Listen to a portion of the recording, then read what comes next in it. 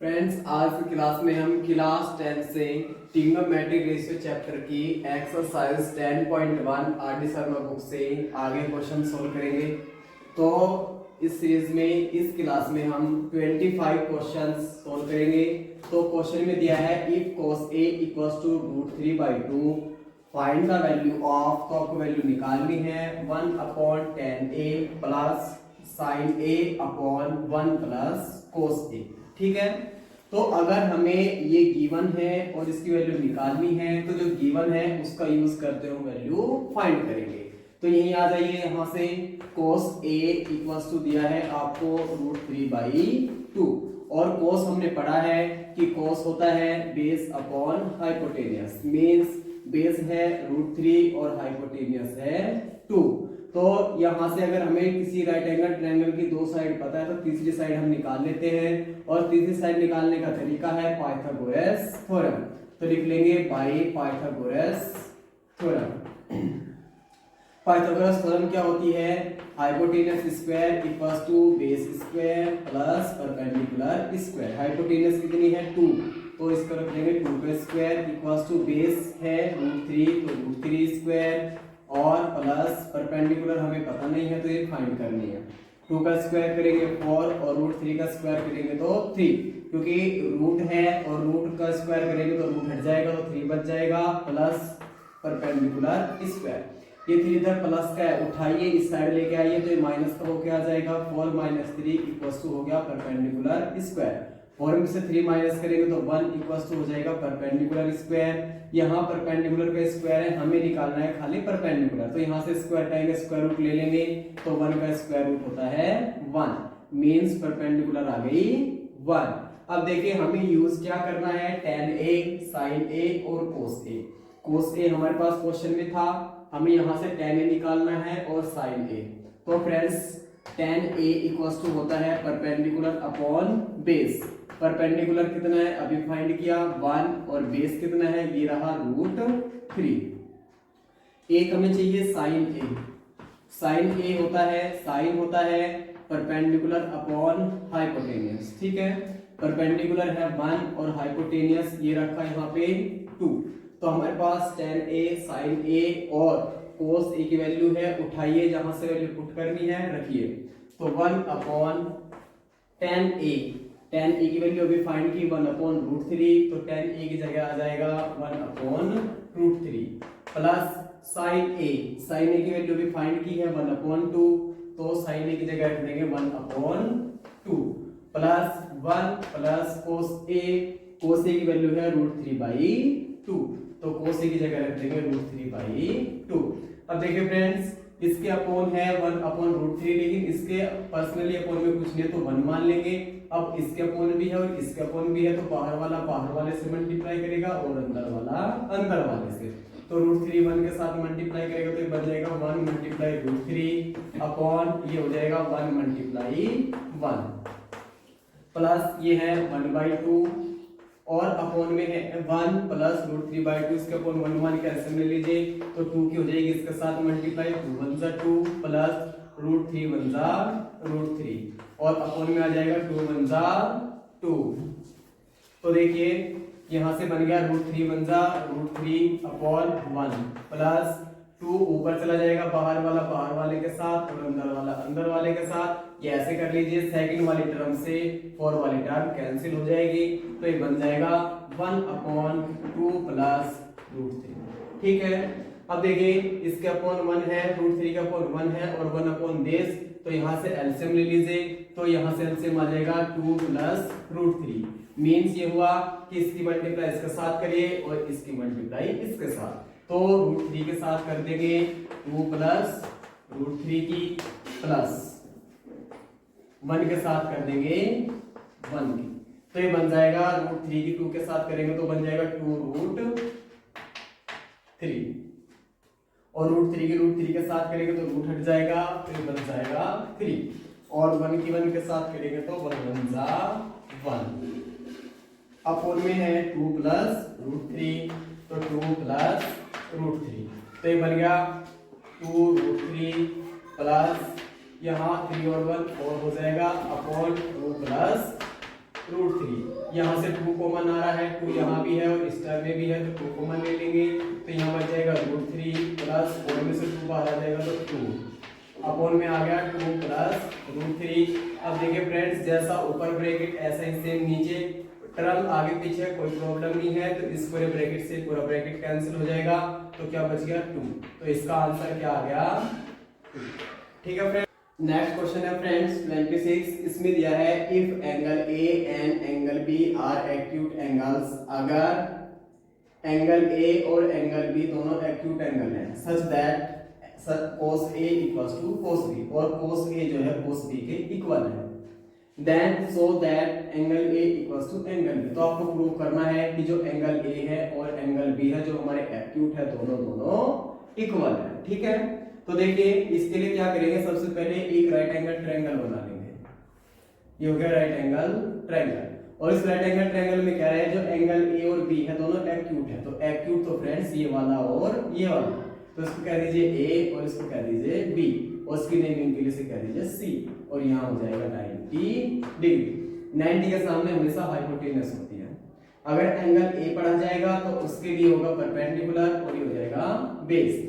अगर angle B पढ़ा जाएगा तो उसके लिए हो जाएगा परपेंडिकुलर और ये हो जाएगा बेस। ठीक है, अब यहां से क्वेश्चन में कहा कि cos A equals to cos B है। अगर cos A equals to cos B है तो यहां से cos A राइट कर लीजिए, तो cos A cos होता है बेस अपॉन हाइपोटेनस। A के लिए बेस क्या है, A के लिए बेस है AC, तो हो जाएगा AC। हाइपोटेनस क्या है AB, तो ये हो जाएगी आपकी AB। अब cos B कह रहा है तो cos B, cos क्या होता है बेस अपॉन हाइपोटेनस, लेकिन एंगल की बात कर रहे हैं B की, B के लिए बेस क्या हो जाएगा BC, तो ये हो गया BC अपॉन हाइपोटेनस क्या है AB, तो ये हो जाएगी AB। अब ये कह रहा है कि दोनों जो cos A और cos B है दोनों इक्वल हैं। अगर ये दोनों साइड इक्वल है, अगर ये दोनों आपस में इक्वल है तो इनकी वैल्यूज भी इक्वल हो जाएंगी, तो यहां से आ जाएगा AC, this implies AC upon AB equals to हो जाएगा BC अपॉन AB, और नीचे के AB से नीचे का AB इधर वाला कैंसिल हो जाएगा, तो ये बन जाएगा AC equals to BC। Means जो इस ट्रायंगल की AC साइड है वो BC साइड के इक्वल है। AC क्या है ये वाली, BC कहाँ है ये वाली, तो ये दोनों साइड क्या है आपस में इक्वल है। और ट्रायंगल की प्रॉपर्टी होती है अगर किसी ट्रायंगल की दो साइड इक्वल है तो उसके अपोजिट एंगल भी इक्वल होते हैं। ठीक है, तो इसको राइट कर देंगे, if in a triangle two sides are equal, then their opposite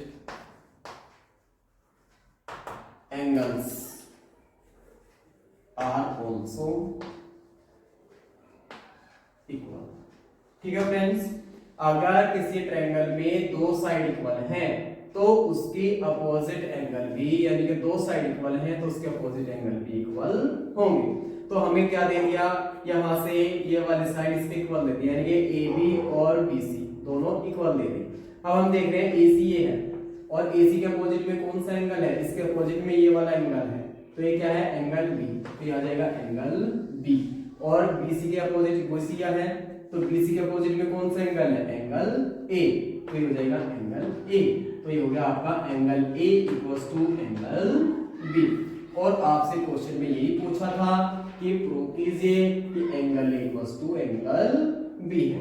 ठीक है फ्रेंड्स, देखिए फ्रेंड 27 क्वेश्चन है, इन अ ट्रायंगल ABC, एक ट्रायंगल ABC है, राइट एंगल एट A पर 90 डिग्री है, if tan C equals to √3, और आपको गिवन है कि tan C की वैल्यू √3 है, then find the value of sin B cos C plus cos B sin C। तो आपको sin B cos C plus cos B sin C की value find करनी है। तो देखिए हमें गिवन क्या है, tan C इक्वल्स टू √3, तो tan C इक्वल्स टू है √3 और √3 के अपॉन में मान लीजिए 1, और ये कह रहा है कि एक राइट एंगल ट्रायंगल है जो कि ए पर 90 डिग्री है। तो हम सबसे पहले एक राइट एंगल ट्रायंगल ड्रॉ कर लेंगे जो कि ए पर 90 है, तो यहाँ 90 है तो यहाँ ड्रॉ कर लेंगे ए, तो ये हो जाएगा बी और ये हो जाएगा सी। ठीक है, अब आगे देखते हैं। आगे कहा कि tan c की वैल्यू है √3। अगर मैं कहूँ √3/1 तो कोई प्रॉब्लम नहीं है, 1 से किसी भी नंबर को डिवाइड कर लीजिए तो हमेशा वही नंबर आ जाता है। एंगल c की बात कर रहा है और हमने पढ़ा है कि जो tan होता है वो परपेंडिकुलर अपॉन बेस होता है, मींस परपेंडिकुलर √3 है और बेस 1 है। तो परपेंडिकुलर c के लिए कह रहा है एंगल, देखो फ्रेंड्स ये c है तो c के लिए परपेंडिकुलर हो जाएगी ये वाली सामने और बेस हो जाएगी 1। ठीक है, तो यहां से अगर मैं कहूं कि मैं यहां से हाइपोटेनस निकाल सकता हूं, हाँ जी, तो लिखेंगे बाय पाइथागोरस थ्योरम। तो पाइथागोरस थ्योरम कहती है कि जो हाइपोटेनस है उसका स्क्वायर इक्वल्स टू होता है base square plus perpendicular square. तो hypotenuse square equals to base कितना है 1, तो 1 स्क्वायर प्लस परपेंडिकुलर है √3 तो √3 स्क्वायर। तो हाइपोटेनस स्क्वायर इक्वल्स टू हो जाएगा 1 का स्क्वायर 1 और √3 का हो जाएगा 3। तो हाइपोटेनस स्क्वायर इक्वल्स टू 3 और 1 4 और 4 का स्क्वायर रूट ले लेंगे तो आंसर आ जाएगा आपका 2।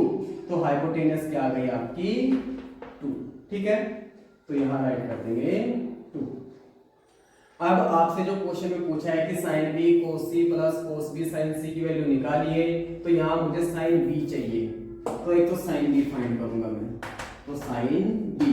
एक मुझे cos c चाहिए तो cos c फाइंड करूंगा मैं, और एक मुझे cos b चाहिए तो cos b भी फाइंड करूंगा, और एक चाहिए मुझे sin c तो sin c भी फाइंड करूंगा। ठीक है, अब सबसे पहले देखते हैं sin b। एंगल क्या पढ़ा रहा है b, तो b के लिए ये परपेंडिकुलर है और ये बेस है, तो साइन होता है परपेंडिकुलर अपॉन हाइपोटेनियस। तो b के लिए परपेंडिकुलर क्या है 1, तो 1, हाइपोटेनियस क्या है 2, cos होता है बेस अपॉन हाइपोटेनियस। c की बात कर रहा है c की, तो c के लिए बेस क्या है 1 और हाइपोटेनियस तो सेम होती है 2। cos है बेस अपॉन हाइपोटेनियस, लेकिन एंगल कह रहा है b के लिए बेस क्या हो जाएगा √3 और हाइपोटेनियस क्या है 2। साइन होता है परपेंडिकुलर अपॉन हाइपोटेनियस और c की बात कर रहा है, c के लिए परपेंडिकुलर क्या है √3 और हाइपोटेनियस क्या है 2। ठीक है, अब जो वैल्यूज हमने फाइंड की है उठा के रख देंगे यहाँ। तो पहले कह रहा है sin b, तो sin b की वैल्यू है 1/2, तो यहाँ आ जाएगा 1/2 और दोनों के बीच मल्टीप्लाई है तो मल्टीप्लाई। cos c कह रहा है, cos c की वैल्यू 1/2 तो 1/2 प्लस cos b की वैल्यू है √3/2 तो यहाँ रखूंगा √3/2 इनटू sin c की वैल्यू अभी फाइंड की √3/2 तो यहाँ आ जाएगा √3/2। अब देखिए ये डायरेक्ट मल्टीप्लाई होगी, ऊपर की ऊपर करेंगे और नीचे की नीचे 1 1 जा 1 2 2 जा 4 और √3 के √3 में करेंगे तो रूट हट जाएगा 3 आ जाएगा और 2 2 जा 4। अब देखिए डिनोमिनेटर सेम है, अगर डिनोमिनेटर सेम है तो न्यूमरेटर डायरेक्ट ऐड हो जाते हैं, तो 1 + 3 अपॉन में आ गया 4 तो ये बन जाएगा 4/4, तो 4 से डिवाइड करेंगे तो 1, तो इसका आंसर आ जाएगा 1। क्वेश्चन नंबर 29 इसमें दिया है if sin theta equals to 12/13 then find the value of sin square theta minus cos square theta upon 2 sin theta cos theta into 1/tan square theta। तो हमें ये गिवन है और हमें इसकी वैल्यू फाइंड करनी है। तो देखिए जो गिवन है उसको सोल्व करेंगे और जो वैल्यूज हमें नीड होगी वो यहाँ से फाइंड कर लेंगे। तो ये है sin थीटा, तो राइट कर लेंगे sin थीटा इक्वल्स टू 12/13। तो अगर यहाँ sin थीटा है तो sin थीटा होता है perpendicular upon hypotenuse, means perpendicular है 12 और हाइपोटेनियस है 13। तो यहाँ से मैं बेस निकाल सकता हूँ और बेस निकालने का तरीका है बाय पाइथागोरस थ्योरम। तो पाइथागोरस थ्योरम कहती है हाइपोटेनियस स्क्वायर इक्वल्स टू होता है base square plus perpendicular square. Hypotenuse कितनी है, ये रही 13, तो यहाँ लिख देंगे 13 स्क्वायर इक्वल्स टू बेस कितना है फाइंड करना है प्लस परपेंडिकुलर है 12, तो 12 स्क्वायर। तो यहाँ 13 का स्क्वायर करूंगा तो 169 equals to base square, plus 12 का स्क्वायर करूंगा तो 144। अब ये 144 इधर प्लस क्या उठाइए इधर लेके आइए, तो 169 माइनस 144 और इक्वल्स टू आ गया बेस स्क्वायर। 169 में से 144 माइनस करूंगा तो बचेगा 25 और इक्वल्स टू आ गया बेस स्क्वायर। तो बेस का स्क्वायर हटाऊंगा, इधर का स्क्वायर रूट ले लूंगा तो ये हो जाएगा इक्वल्स टू बेस। तो बेस आ जाएगा 25 का स्क्वायर रूट होता है 5, तो बेस आ गया 5। अब मेरे पास बेस है, परपेंडिकुलर है, हाइपोटेन्यूस है, तीनों साइड्स आ गई। तो अब मुझे नीड किसकी है, साइन थीटा की। साइन थीटा मेरे पास है कोस थीटा, तो यहाँ से कोस थीटा फाइंड करूंगा। कोस थीटा होता है बेस अपॉन हाइपोटेन्यूस। तो बेस कितनी है अभी फाइंड की 5, हाइपोटेन्यूस कितनी है 30, और एक मुझे नीड है tan थीटा की। तो tan थीटा इक्वल्स टू होता है परपेंडिकुलर अपॉन बेस। परपेंडिकुलर है 12 और बेस है आपकी 5, ठीक है। अब चलिए जो वैल्यू फाइंड करनी है इधर आ जाते हैं। sin थीटा कह रहा है, sin थीटा की वैल्यू 12 अपॉन 13, तो यहाँ रखिए 12 अपॉन 13 और इसका square minus cos square theta, तो कोस रखिए, कोस है 5 अपॉन 13, तो 5 अपॉन 13 और इसका square upon 2 sin theta 12 upon 13 multiply cos theta है 5 upon 13 multiply 1 upon tan square, tan क्या है 12 अपॉन 5, तो 12 अपॉन 5 स्क्वायर। तो सोल्व कीजिए, 12 का स्क्वायर करेंगे तो 144 और 13 का स्क्वायर करेंगे तो 169 माइनस 5 का स्क्वायर करूंगा 25 और 13 का स्क्वायर करूंगा तो 169 अपॉन यहाँ देखिए 2 की मल्टीप्लाई करूंगा 12 2 जा 24 5 जा 2 120 और अपॉन में आ जाएगा 13 जा 169 और मल्टीप्लाई में है 1 अपॉन 12 का स्क्वायर 144 अपॉन 5 का स्क्वायर 25। तो देखिए यहाँ डिनोमिनेटर सेम है, अगर डिनोमिनेटर सेम हो तो न्यूमरेटर माइनस हो जाएंगे डायरेक्ट। तो 144 में से 25 माइनस करूंगा तो ये बन जाएगा आपका 14 9 और 3 1 तो 190 और अपॉन में आ गया 169 और अपॉन में है 120 अपॉन 169 और मल्टीप्लाई में रखा है 1 अपॉन, ये देखिए 25 अपॉन में है तो ये ऊपर चला जाएगा, तो 25 अपॉन 144 इस फोर्थ वाली टर्म से सेकंड वाली टर्म कट जाएगी तो क्या बचेगा 119 अपॉन 120 और यहाँ बचा आपका मल्टीप्लाई 25 अपॉन 144। अब देखिए 120 और 25 दोनों 5 के टेबल में आते हैं, तो 5 से डिवाइड करूंगा तो 24 और 5 से डिवाइड करूंगा तो 5, तो यहाँ से बच गया 119 मल्टीप्लाई 5 अपॉन 24 मल्टीप्लाई 144। ठीक है फ्रेंड्स, तो देखिए 5 9 जा 45 4 5 1 जा 5 और 4 9 और 5 1 जा 5 अपॉन 24 4 जा 96 तो 9 24 4 जा 96 और 9 105 10 24 1 जा 24 और 10 34, तो ये आंसर। नेक्स्ट क्वेश्चन है 36, if angle A and angle P R acute angles. ये कह रहा है कि एंगल ए और पी दोनों एक्यूट एंगल्स हैं such that tan A equals to tan P, और जिसके लिए tan A equals to tan P है, then so that angle A equals to angle P।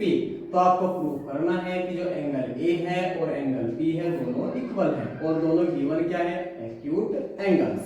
तो इसके लिए एक राइट एंगल ट्रायंगल बना लेंगे और दोनों को कह रहा है A और P को कह रहा है कि दोनों एक्यूट है, तो मींस ये दोनों एक्यूट है और इसको कह दीजिए A, इसको कह दीजिए P।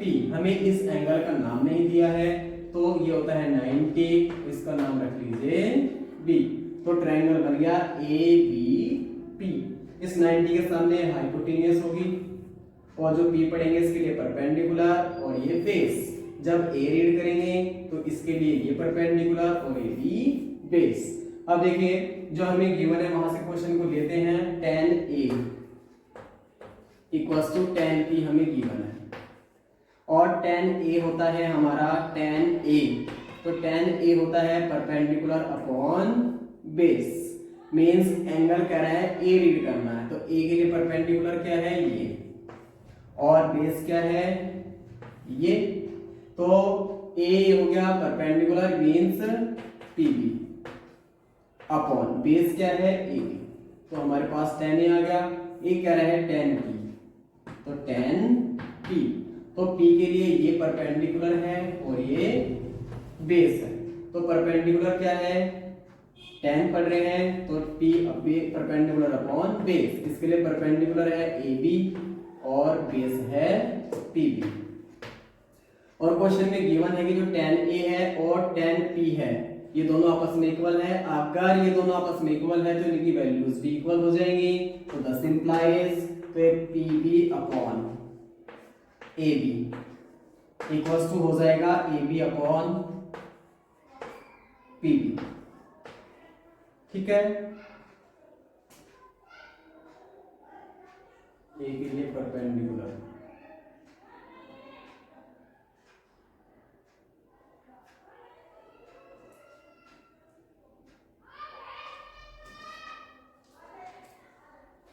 ठीक है। तो यहां से क्रॉस मल्टीप्लाई कर लीजिए तो PB हो जाएगा PB स्क्वायर और इक्वल्स टू हो जाएगा AB की मल्टीप्लाई करेंगे AB के साथ तो AB स्क्वायर, PB की तो कर देंगे PB के साथ और AB की कर देंगे AB के साथ।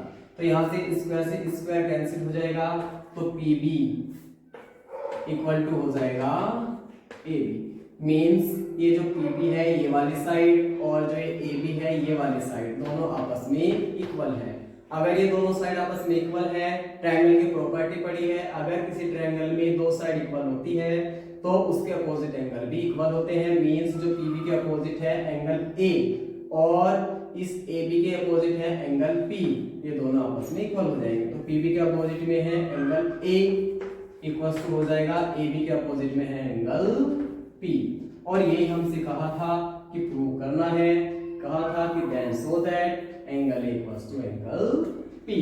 तो एंगल A जो है एंगल P के इक्वल आ गया है। ठीक है फ्रेंड्स, आज हमने एक्सरसाइज 10.1 सॉल्व की है। अगली क्लास में हम next exercise theory plus questions solve करेंगे।